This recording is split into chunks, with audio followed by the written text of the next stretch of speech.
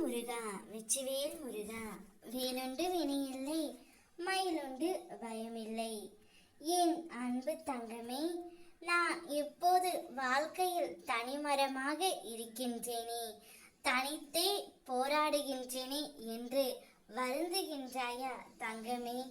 கவலைப்படாதே, உன்னை தேடி உனக்காகவே நிரந்தரமான ஒரு உறவை உன்னிடம் கொண்டு வந்து உன் அப்பா நான் சேர்க்கப் போகின்றேன்.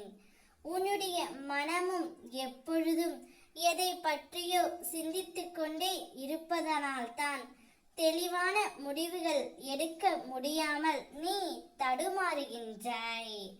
குறிப்பாக சின்ன சின்ன விஷயம் அவ்வப்பொழுது நடக்கும் பொழுது அதை பற்றி பெரியதாக பார்ப்பது உன்னுடைய இயல்பாக இருக்கின்றது.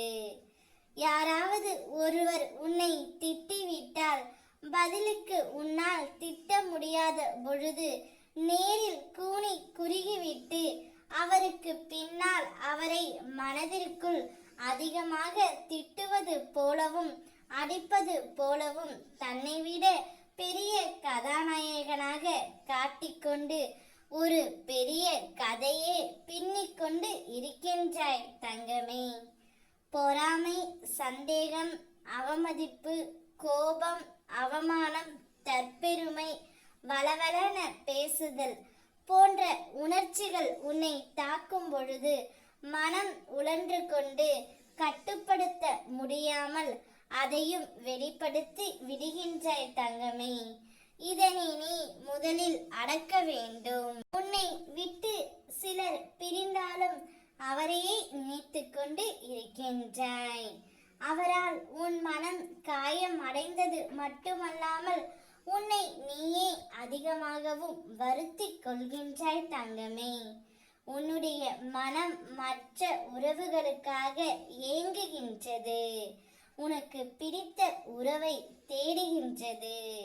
தனித்தே இப்பொழுது வரை உன் வாழ்க்கையில் நீ போராடிக்கொண்டு இருக்கின்றாய்.